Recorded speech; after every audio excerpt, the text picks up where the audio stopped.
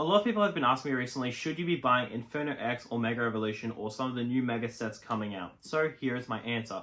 I would skip on Mega Evolution. It's just, honestly, it's a pretty weak set. Like, it's got some okay cards inside, but to be honest with you, sure, they look fine, but base sets just have a really good history of performing very poorly, but also having really, really easy pull rates, meaning that there's not really much of a chase inside. But even the cards themselves, like, they're okay, but Venusaur isn't that popular, and Lucario is somewhat popular because people don't go that crazy for him. People go more crazy for Giratina, Rayquaza, Charizard, Gengar. That's what people lose their minds over. Or Umbreon, Pikachu. Lucario's in that middle ground where it's like, it's popular, but it can't carry a set. If the main chase is a Lucario, it just won't really work. It can be a side, like SIR, but it needs a really, really solid popular SIR for people to chase. We're talking Bubble Mew, Umbreon, or Magikarp from Paldea Evolved, or Lugia from Silver Tempest. Those have solid, popular Pokemon inside. They always perform well, and they always are a safe bet. Lucario being the top chase, I don't know. I wouldn't really buy it, to be honest. Now, people ask me, because I have so many Journey Together enhanced boxes, so I just want to say, we're going to be breaking this up between the different sets that's been announced so far. So far just two, Inferno X and the Mega Evolution base. So I have a bunch of Journey Together, right? So a bunch of people have asked me, will I be buying this enhanced box as well? And my simple answer is no. And the reason why is because I already have Journey Together. Journey Together is way older than Mega Evolution. So say Mega Evolution comes out the gate, I don't know, it's whatever price, and it stagnates for a good while. You know how booster boxes are. They find a price that they sit at for a good while. Say that is short printed. Say they do the same thing with Journey Together. There hasn't been a second wave of Journey Together of enhanced boxes. And every day that goes by, that hope diminishes more and more, which is good for people who have Journey Together enhanced boxes. Now, the problem is that Journey Together, if that starts to send it because it's short printed, just stuff that's short printed naturally goes up. I'll bring up 151 binder collections. I always use that as a good example. It's pretty much 4 to 5x its MSRP, and the main reason is pretty much just because it was short printed. There's no other explanation towards it. It's purely short printed. It adds no value. It has 4 packs and a binder. No exclusive promo, no 10, 20 packs. No, it's just a small amount of packs and a binder.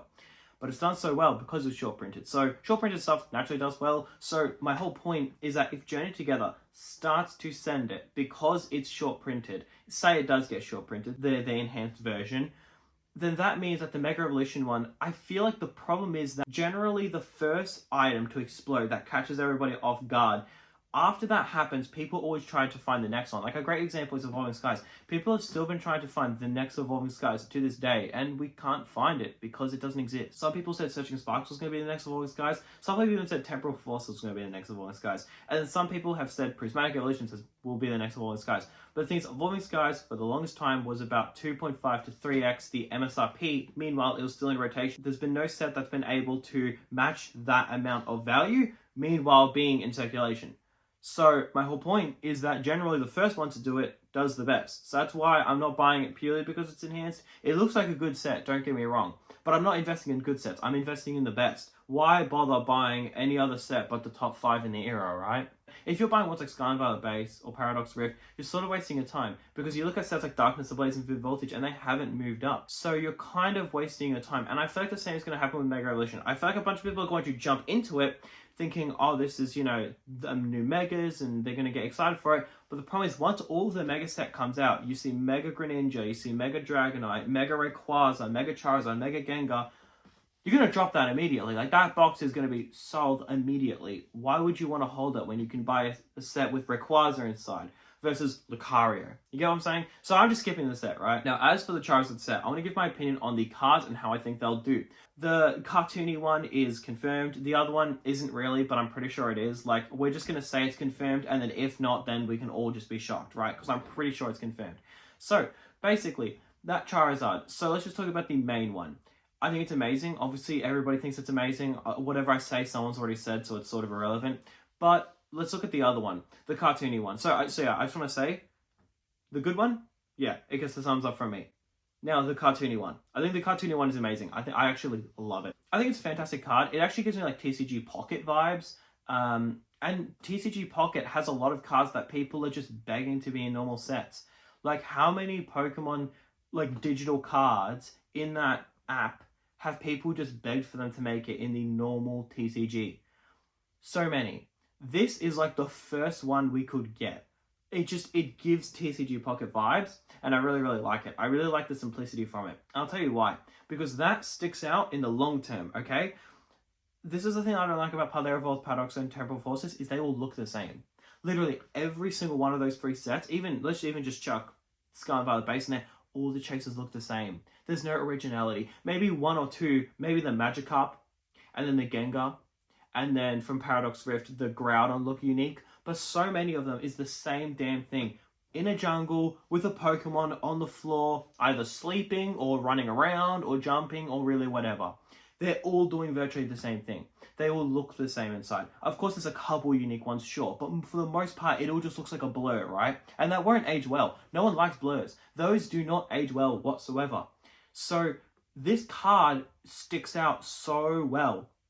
And people like those unique cards. In fact, something I've noticed is you can have a fantastic artwork like the Charizard and Venusaur from Brilliant Stars, but because the angle is weird and it just looks like a blur in a sense, that doesn't really perform well. But then the Moonbreon, which is like a dark vibe with like the neon blue as the main color of the card, and then the Moonbreon chasing up to the moon, it looks really nice, but also it's very unique. People love unique cards. The Gengar from Fusion Strike is a fantastic example. That is so unique. Then the Latias and Latias, it's so unique, right? Like, when they make original artworks, completely original, this has a love heart inside. They've pretty much never done that before, right? So it's extremely original. That sticks out in the long term. I'm not saying that the good artwork is not going to stick out, but what I'm saying is having an artwork where it sticks out just works numbers for the long term. And I think that's exactly why that Black Charizard always does so well, because there's barely any of it in any sets. So any Black Charizard, there's like, what, 2 sets? Or no, isn't it just Flashfire? I don't even know if there's another set with it. That's how unique it is. Oh, and also Near Revelation with the Shining Charizard there. But the point is that they barely ever make it with the blue fire breathing out, right? Very, very unique. So that sticks out long term. It's a very desired thing. It's the same thing as the Bubble Mew. I would give a lot of the Bubble Mew's credit to it going up is because it's shiny. I would love to see a graph from a multiverse, just a different universe, where that Bubble Mew was instead the normal Mew. Not the shiny, but the normal Mew. I would genuinely love to compare charts. I would be willing to bet the normal Mew would be half the price of the Bubble Mew when it's shiny. And the reason is because it's more unique. It's when you've got 100 or 200 Pokemon sets, it's no longer a blur. It sticks out like a sore thumb. Now, whether people like it or not now is actually extremely irrelevant.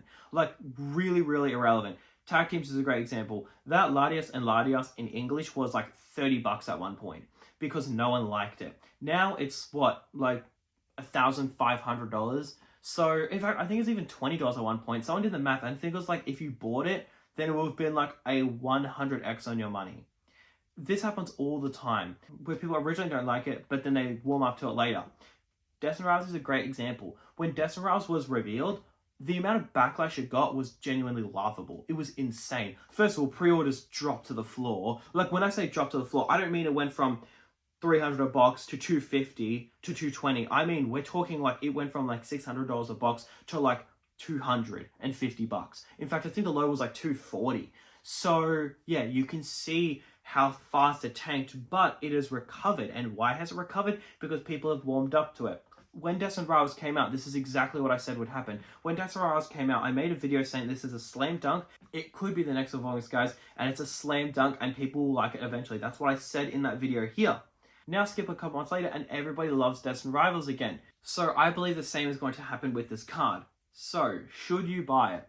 My answer is probably a yes. Obviously, we'll have to see the rest of the set. Now, the reason why it's a yes is because there's still the Gengar in it, and this is what no one's really talking about. People are so hyped on the Charizard, which is fair enough. There's a leak, it's exciting, right? But it's going to have a Gengar inside. And if that Gengar is a really good-looking Gengar, people are going to lose their minds. We haven't seen a good Gengar in years. Fusion Strike was the last time we saw a Gengar, and to be honest with you, nothing has stopped it since. There's been the Morty's Conviction, but it's good, but it's got nothing on Fusion Strike, right? So if this Mega Gengar, which is another extremely popular Mega for the record, if that is a good artwork, it's going to do phenomenal. It's going to do numbers. And I could see it pulling a Destined Rivals, but it doesn't go down. And you want to know why? Well, when I say pulling a Destined Rivals, I mean that it starts off being like $300, but it actually does not go down. And I'll tell you my logic behind it. My logic is that people have learnt their lesson with Destined Rivals. People have learnt their lesson that they have a lot less time to buy than they thought they had. People have learnt their lesson that, hey, if it's got popular Gen 1 Pokemon, and better yet, if it's Mega, then yeah, buy it up immediately. I don't think we'll see the opportunities that we did see with Destined Rivals. I just think it'll be like that 300 USD mark, or like 450, 500 for AUD. I feel like it'll be that price since it comes out. I don't see it going much lower. Now, if I were you, if you're planning on putting your life savings into this set, my advice to you would just be catch as many restocks as you can, because this set is going to be in print for a while. So let's just say your goal is have 30 booster boxes of this set by the time it finishes. Say they do 3 waves of booster boxes, and each wave you get 10 booster boxes. That is much better than buying off of scalpers and buying off of resellers. I think buying off of scalpers and buying off resellers is fine. I just want to remind you guys, all of this 151 has come from resellers, and this, I'm trying to feel for it, but I couldn't see it. These displays here, I have 2 sealed displays, okay? The other 3 are like open displays, but the 2 sealed displays, I paid, what, 600 USD? Or like, no, it was less. It was like 500 USD. I've pretty much tripled my money on those. Now, if you're watching this and you think, how did I triple my money on those? It's because in Australia, which in Australian pricing, I paid 800 and now it's worth about 2.2k, so I've almost tripled my money. In Australia, the market is just so cooked. Stuff is so expensive here. But my point is that sometimes buying off of resellers is fine. There's nothing wrong with it. Someone commented on my video, and look, honestly, I don't really care, but I'm just going to mention it. They said that they're unsubscribing because I'm buying off resellers, and they said, oh, you're buying off scalpers, I'm unsubscribing. What else are you going to do? If you can't get it in stores and you want to get a position on it, what else are you going to do?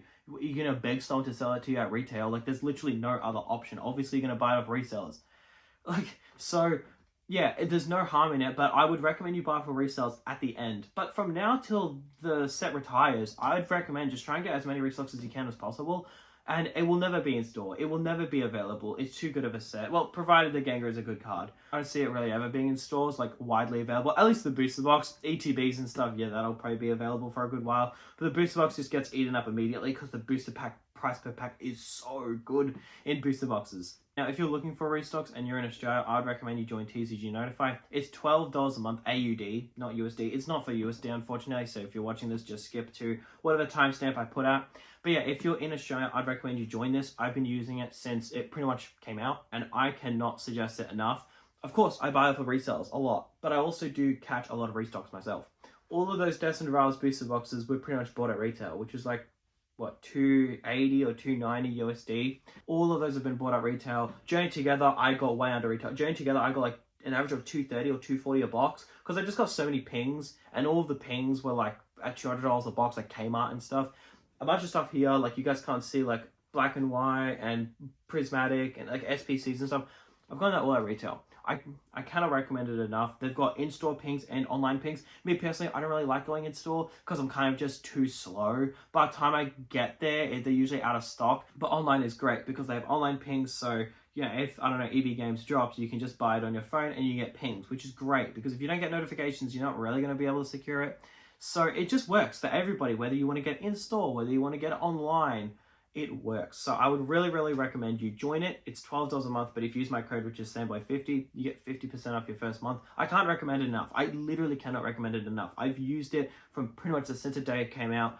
Devs are amazing, the community is amazing, and getting the most important thing, which is getting stock, is amazing. I would recommend you join it. If you're somewhere in the world like the US, I would honestly recommend you join one of these Discord notification servers. In the US, I can't really recommend any because I don't really know any. In Australia, I've already got you covered doing TCG Notify.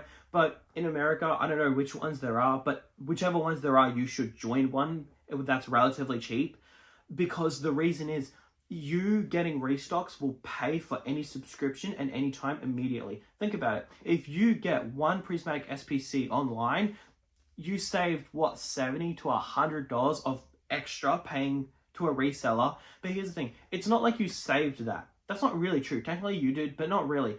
Think about it like this. think about, instead of saving that money, it now allows you to invest more money into buying another SBC. Think about it. If you buy 4 SBCs at retail versus buying 4 SBCs at a resale cost, retail, you'll save, like, let's just say $400. But then with that $400, you can buy 2 more SBCs. In USD pricing and AUD pricing, it's virtually the same formula. Every 4 you buy a retail for SBCs, you can generally buy about 2 more if you bought at retail. So not only you save money, but you're also being able to buy more. So what I would recommend you do is, with this Charizard set and Gengar set, I would recommend buy it as many as you can at retail, and then every single time there's a restock, just buy it. You're not, like, I'm telling you right now, which one's going to come first? Are you going to run out of money, or is it going to go out of stock? It's going to go out of stock. You're not going to be able to buy a lot. So your best bet is to abuse it while you can. Great example is Destined Rivals. Destined Rivals, what? There were a couple stores that dropped it on release. Other than that, most of them broke down the booster boxes to sell them as loose packs. In the recent reprint, almost nobody got it. Virtually no one got it. I only got 6 from the recent reprint. But every single time there's a reprint, I'm just going to keep skipping up as every single time. And then, hey, by the end of Destined Rivals rotation, maybe my average entry would be 200 USD, but I have, I don't know, let's just say 30, and I want 50 by the end, then I would just buy those last 20 that I need off of resales. That's my recommendation you do with the Charizard set. I would only do this for really, really good sets. I would not do this for Journey Together. I love mentioning Journey Together because I have it right here. I also shit on Journey Together a lot, which is really funny because I have it, but I have it because it's enhanced, and I'm sure the enhanced version will do really well. The set itself is just freaking awful. It's not horrible, but it's awful. Basically, I would not recommend you do it for Surging Sparks, or Journey Together, or, I don't know, Black Bolt White Flare, because all of those are going to be relatively the same price they are now versus when they're about to go out of rotation. But sets like Destined Rivals, you don't know where they're going to be because they are top tier sets. I'm afraid we're about to hit the top tier set for the Mega set, which is the Gengar and Charizard set. Even if there's a Rayquaza set, even if there's a Greninja set, doesn't matter. Having Charizard and Gengar means they've already won the battle. So yeah, I would recommend you buy it and treat it as if it's the best box of the era, because it probably is, probably will be. And the fact that we're getting it so early in the era is really, really good, because generally FOMO tends to set in on the second half of the era because, you know, stuff starts to get wrapped up. So people FOMO'd into Palette Evolved as like Black Bolt White Flare came out, or like Destined Rivals.